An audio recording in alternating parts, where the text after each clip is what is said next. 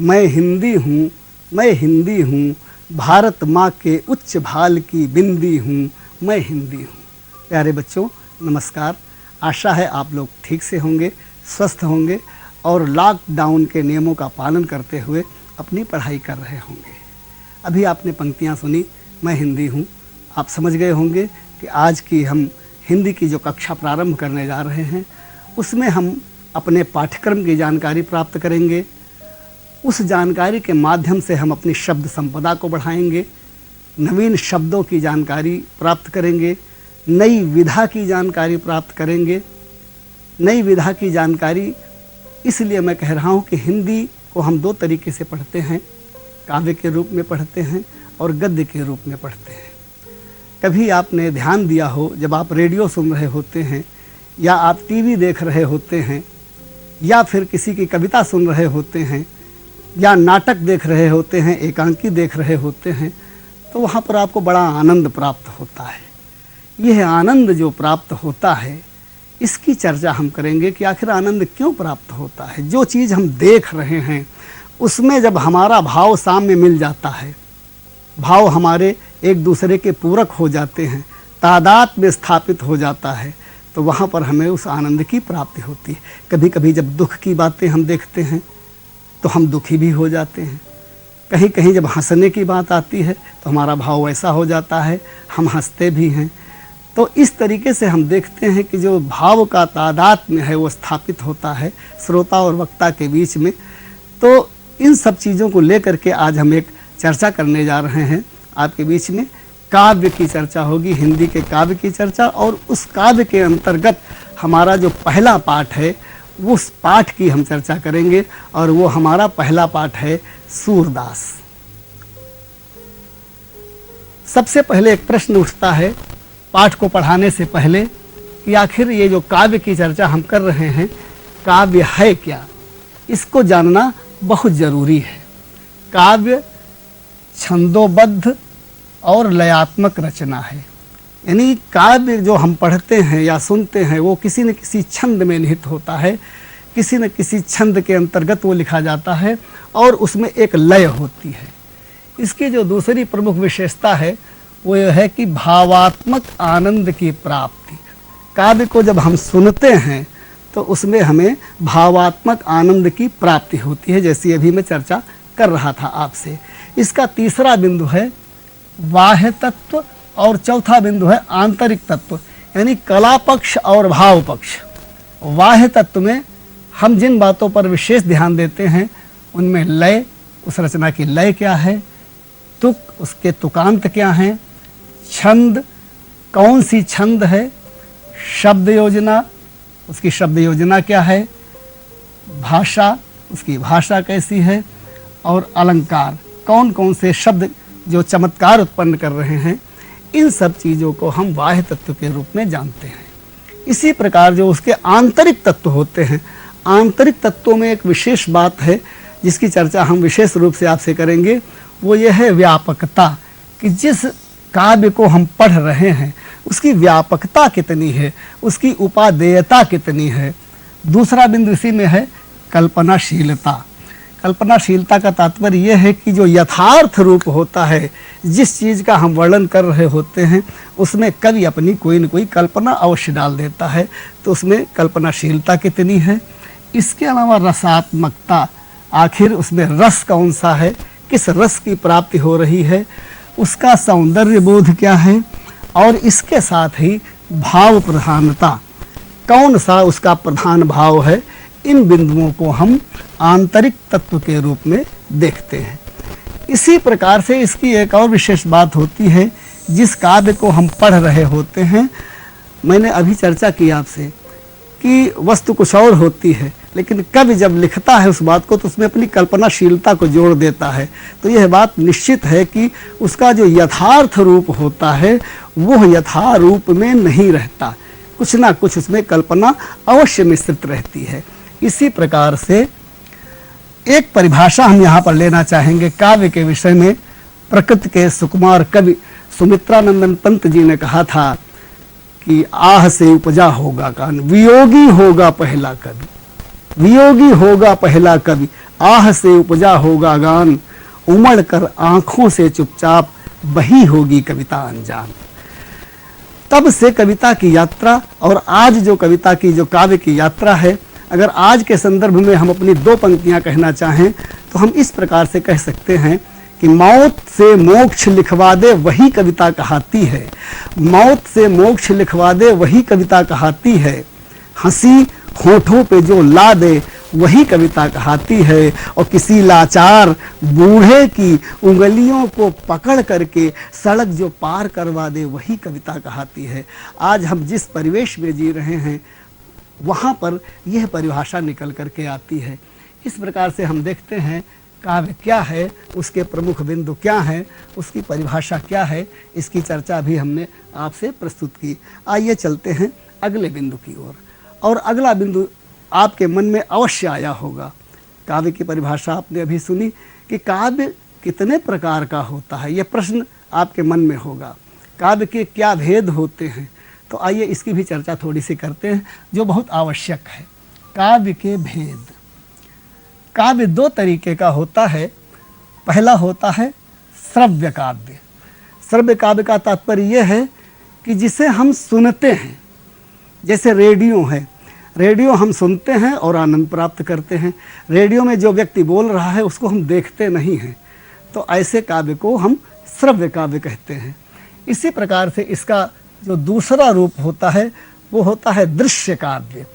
दृश्य काव्य का मतलब कि जिसको हम सुन रहे हैं उसको देख भी रहे हैं, अभिनय के माध्यम से देख रहे हैं या जैसे भी हम देख रहे हैं। जैसे दूरदर्शन ही आप ले लीजिए, टीवी ले लीजिए, तो टीवी में क्या करते हैं, हम सुनते भी हैं और देखते भी हैं।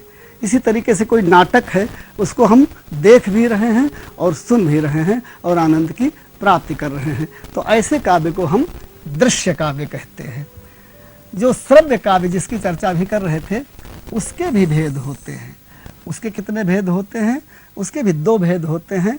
पहला जो भेद है वो है प्रबंध काव्य, यानी किसी भी बात को हम एक प्रबंधात्मक तरीके से जब कहते हैं, लिखते हैं, तो उसे हम प्रबंध काव्य कहते हैं। और प्रबंध काव्य के अंतर्गत महाकाव्य आते हैं, खंड काव्य आते हैं और आख्यानक गीतियाँ आती हैं। इसी प्रकार से ये जो दूसरा इसका भेद है वो है मुक्तक काव्य। मुक्तक काव्य ये अपने आप में स्वतंत्र होता है, ऊपर की रचना का नीचे की रचना से कोई संबंध नहीं होता है, ये अपने आप में स्वतंत्र होता है। ये भी दो प्रकार का होता है। पहला कौन सा होता है? पाठ्य मुक्तक, और दूसरा होता है गेय मुक्तक। प्यारे बच्चों, आपने काव्य के भेद अभी सुने और मैं आशा करता हूँ कि ये आपकी समझ में आ गए होंगे। चर्चा को हम थोड़ा सा और आगे बढ़ाते हैं। आज का जो हमारा पाठ्यक्रम है उस पाठ्यक्रम पर हम प्रकाश डालने का प्रयास कर रहे हैं। हमारा जो आज का पाठ है वो है सूरदास। सूरदास नामक जो पाठ हमारे काव्य में संकलित है, हमारी पुस्तक में संकलित है, उसके विषय में चर्चा करेंगे। और उसका जो परिचय है, संक्षिप्त परिचय इस प्रकार से है। पाठ का नाम सूरदास है। इसमें जो भी पद संकलित हैं वो मुक्तक काव्य शैली के हैं। और कुल पद कितने संकलित हैं, आपने पुस्तक को पढ़ा होगा, इसमें कुल 11 पद संकलित हैं। और इन 11 पदों में मुख्य रूप से जो बातें निकल करके आई हैं वो पहली बात ये है कि इनमें कृष्ण की बाल लीलाओं का वर्णन किया गया है। सूरदास जी के विषय में कहा जाता है कि कृष्ण की बाल लीलाओं का वर्णन जितना सुंदर रूप में, जितना मनोहारी रूप में महाकवि सूरदास जी ने किया है, उतना किसी ने नहीं किया। तो कृष्ण की कुछ बाल लीलाओं को लेकर के कुछ पद हैं इसमें। और इसी प्रकार से ऊधो गोपी संवाद, ऊधव और गोपियों के मध्य जो वार्ता हुई उसकी चर्चा भी हम आगे करेंगे। उस संवाद पर केंद्रित है कुछ पद। और इसके अलावा निराकार से साकार की ओर, यानी निराकार ब्रह्म की चर्चा भी इसमें की गई है, जिसकी चर्चा उद्धव जी ने गोपियों से की थी। और ये सारे के सारे पद जो 11 पद हैं ये सूर सागर पुस्तक से संकलित किए गए हैं, जो आपके पाठ्यक्रम में शामिल किए गए हैं। अब आपके मन में सहज रूप से एक प्रश्न आया होगा। यह प्रश्न आया होगा कि आखिर सूरदास जी कौन थे, उनका जीवन परिचय क्या था, उनका साहित्यिक परिचय क्या है। तो आइए इस पर थोड़ा सा प्रकाश डालते हैं। ये चित्र आप देख रहे हैं सूरदास जी का, इनके जीवन परिचय की जानकारी हम आपको दे रहे हैं। इनका जन्म वैशाख सुदी पंचमी सन 1478 ईस्वी, वैशाख सुदी पंचमी सन 1478 ईस्वी में सूरदास जी का जन्म हुआ था। अब जन्मस्थान के विषय में विद्वानों में मतभेद है। जो प्रमुख रूप से जन्मस्थान उनका माना जाता है वो है रुनकता। ये गांव आगरा मथुरा मार्ग पर पड़ता है, उत्तर प्रदेश के अंतर्गत। इसी प्रकार से कुछ विद्वानों का ये मानना है कि सूरदास जी का जन्मस्थान सीही है, जो दिल्ली के पास है। लेकिन मैं बता दूं कि प्रमुख रूप से जो हम पढ़ते हैं वो रुनकता गांव को पढ़ते हैं। इसी प्रकार से अगली बात, उनके पिता कौन थे। पिता का नाम श्री रामदास सारस्वत, और गुरु जिन्होंने उन्हें शिक्षा दी, शिक्षा दीक्षा जिससे उन्होंने ग्रहण की, उनका नाम था आचार्य वल्लभाचार्य। सूरदास जी का जो जन्म 1478 ईस्वी में हुआ था, लेकिन उनका निधन सन 1583 ईस्वी में हुआ। और गोवर्धन जो ब्रज क्षेत्र में स्थित है, गोवर्धन के पास एक स्थान है पारसौली, वहाँ पर उनका निधन हुआ था। आइए थोड़ा सा साहित्यिक चर्चा करते हैं कि उनका साहित्यिक योगदान क्या है, साहित्य में उनका क्या स्थान है। तो साहित्यिक चर्चा में उनकी जो प्रमुख रचनाएं हमें प्राप्त होती हैं, वो जो सबसे चर्चित उनकी रचना है, जो कृति है, पुस्तक है, वो है सूरसागर। और इसके पश्चात दूसरी जो है वो है साहित्य लहरी, और जो तीसरी कृति है वो है सूर सारावली। जिस भाषा को प्रमुख रूप से प्रयुक्त किया अपने काव्य में सूरदास जी ने, वह भाषा बहुत ही माधुर्य भाव की भाषा है, और उसको हम ब्रज भाषा कहते हैं। जिस शैली का प्रयोग उन्होंने अपने काव्य में किया वह मुक्तक काव्य शैली है। एक बड़ी बात है कि जब हम हिंदी साहित्य के इतिहास को पढ़ते हैं, उसके काल विभाजन पर जाते हैं, भक्ति काल की चर्चा करते हैं, तो भक्ति काल में हम दो रूप देखते हैं, एक सगुण का और एक निर्गुण का। सगुण में फिर दो धाराएं हो जाती हैं। पहली धारा हो जाती है राम भक्ति और दूसरी धारा हो जाती है कृष्ण भक्ति। तो सूरदास जी भक्ति काल में सगुण शाखा के अंतर्गत कृष्ण भक्ति धारा के प्रमुख कवि हैं। सूरदास जी के गुरु वल्लभाचार्य जी के पुत्र विट्ठल नाथ ने 8 कवियों का एक समूह बनाया था, जो बहुत चर्चित हुआ और उसका नाम पड़ा अष्टछाप, अष्टछाप के कवि। तो सूरदास जी उन अष्टछाप के कवियों में से प्रमुख कवि थे। तो ये है सूरदास जी का संक्षिप्त जीवन परिचय और उनका साहित्यिक परिचय था। कवि का परिचय आपको प्राप्त हुआ। आइए पाठ के मूल भाव की ओर चलते हैं। पाठ के मूल भाव में क्या क्या है, इन बिंदुओं की भी चर्चा यहाँ पर आवश्यक है। मैंने अभी चर्चा की थी आपसे कि कुल 11 पद हैं इस पाठ में, जिसमें जो पहला पद है वो ईश वंदना से संबंधित है, चरण कमल बंदों हरिराई। इसी प्रकार से जो दूसरा पद है उसमें निराकार से साकार की ओर जाने की बात कही गई है। और पद संख्या 3 से 6 तक जो वर्णन हमें प्राप्त होता है वह कृष्ण की बाल लीलाओं से संबंधित है, और बड़ा ही मनोहारी वर्णन उसमें सूरदास जी ने किया है। इसी प्रकार से पद संख्या 7 से लेकर के 11 तक उद्धव गोपी संवाद का वर्णन है। आपने पढ़ा होगा, आप जानते होंगे, जिस समय कृष्ण जी मथुरा चले गए थे, काफ़ी समय बीत गया और वापस नहीं आ पाए। उधर गोपियों की क्या स्थिति, क्या परिस्थिति, उसको देखने के लिए, समझने के लिए उन्होंने अपने प्रिय सखा उद्धव को वहाँ पर भेजा। जब उद्धव को उन्होंने भेजा, उद्धव को अपने ज्ञान पर गर्व था। कृष्ण ने उनको भेजा कि जाओ गोपियों को समझाओ, उनकी स्थिति क्या है, आकर के मुझे बताओ। उद्धव जी जब गोपियों के पास आते हैं, गोपियों की दशा देखते हैं, तो उनसे कहते हैं कि आप कृष्ण को छोड़िए, निराकार ब्रह्म की उपासना करिए, योग साधना करिए।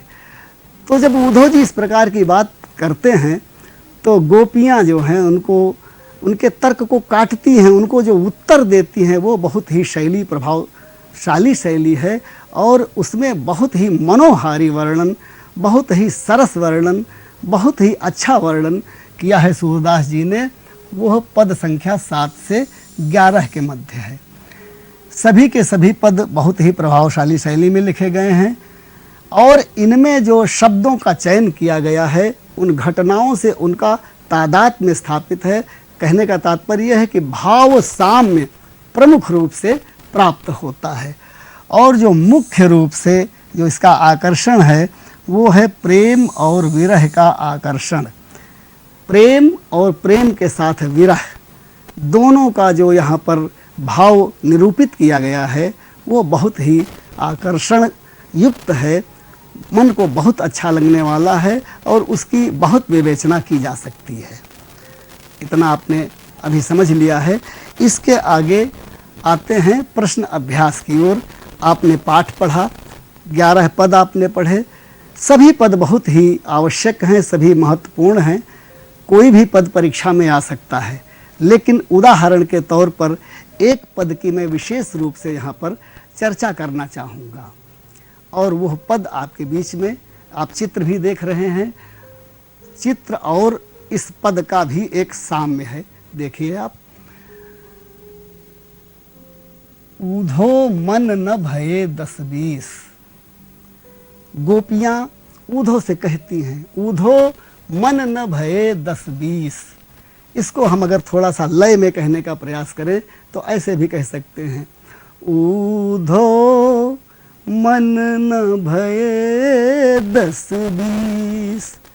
एक हूँ तो सो गयो श्याम संग को अवराध ईस। इंद्री शिथिल भई के सब बिनु ज्यों देही बिनु शीस। आशा लागी रहत तन श्वासा जीवहि कोटि बरीस। तुम तो सखा श्याम सुंदर के, तुम तो सखा श्याम सुंदर के सकल जोग के ईस। और सूर हमारे नंद नंदन बिनु और नहीं जगदीश। ऊधो मन न भये 10-20। यह पद आज हम चर्चा में ले रहे हैं।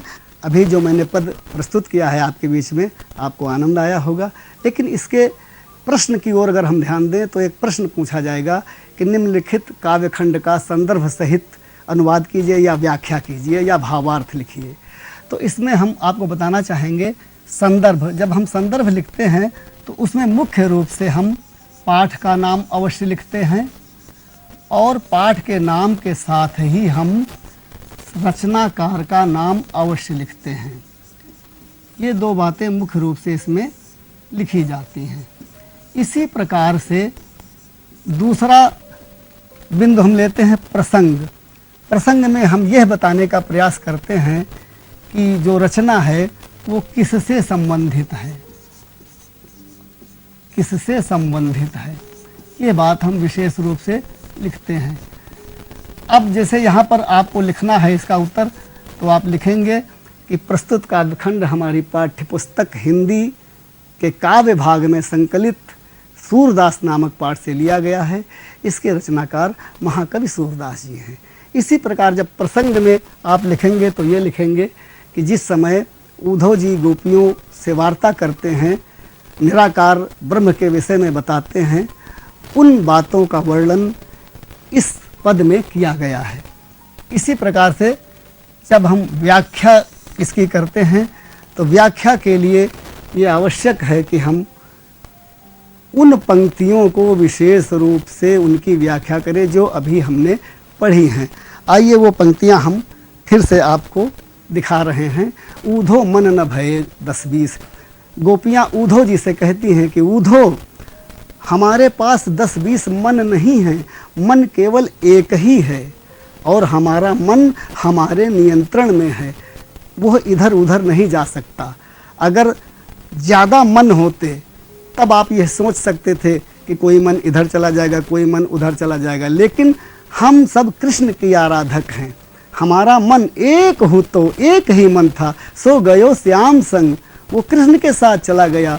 को अवराध है ईस का तात्पर्य यहाँ पर निराकार ब्रह्म से है। आप जिस निराकार ब्रह्म की बात कर रहे हैं उद्धव जी, उसको कौन भजने वाला है, कौन आराधना करने वाला? मन तो हमारा एक ही है। इंद्रिय शिथिल भई केशव बिन, अपनी स्थिति को वो स्पष्ट करती हैं कि हमारी इंद्रियां शिथिल हैं। केशव बिन, कृष्ण के बिना, ज्यों देही बिन शीस, यानी जिस प्रकार से शरीर में धड़ को अलग कर दिया जाए और शीश को अलग कर दिया जाए तो दोनों बेकार हो जाते हैं। आशा लाग रहत तन श्वासा, जीव ही कोटि बरिस, एक आशा है और उसी आशा में हम लोग जी रहे हैं कि हमारे कृष्ण कभी न कभी वापस अवश्य आएंगे, कभी न कभी हमें अपना दर्शन अवश्य देंगे। यहाँ पर एक व्यंग की बात निकल करके आती है। वह व्यंग करती हैं गोपियाँ उद्धव जी से कि तुम तो सखा श्याम सुंदर के, तुम तो श्याम सुंदर कृष्ण के सखा हो और सकल जोग के ईश, तुम योग के बहुत बड़े ईश्वर हो, बहुत बड़े ज्ञाता हो। यहाँ पर वो व्यंग करती हैं। और जब इतने बड़े ज्ञाता हो तो फिर इस तरीके की बात हमसे क्यों करते हो? योग का यहाँ पर एक अर्थ और भी है, योग जोड़ना। आप योग की बात कर रहे हो और वियोग की भी बात कर रहे हो। यहाँ पर व्यंग करते हुए कहती हैं। और अंत में सूरदास जी कहते हैं कि गोपियाँ कहती हैं कि हमारे नंद नंदन बिन और नहीं जगदीश, हमारे इस जीवन में न किसी का प्रवेश था, ना है और ना होगा।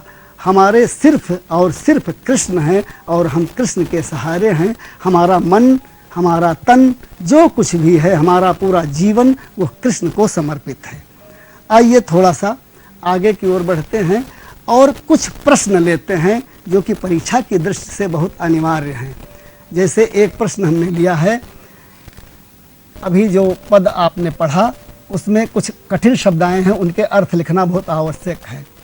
हुतो का मतलब था,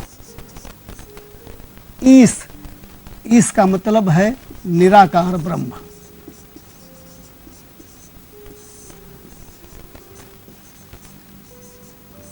श्वासा यानी श्वास,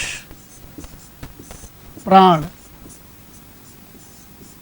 इसी प्रकार से अवराधय, इसका अर्थ है आराधना करे।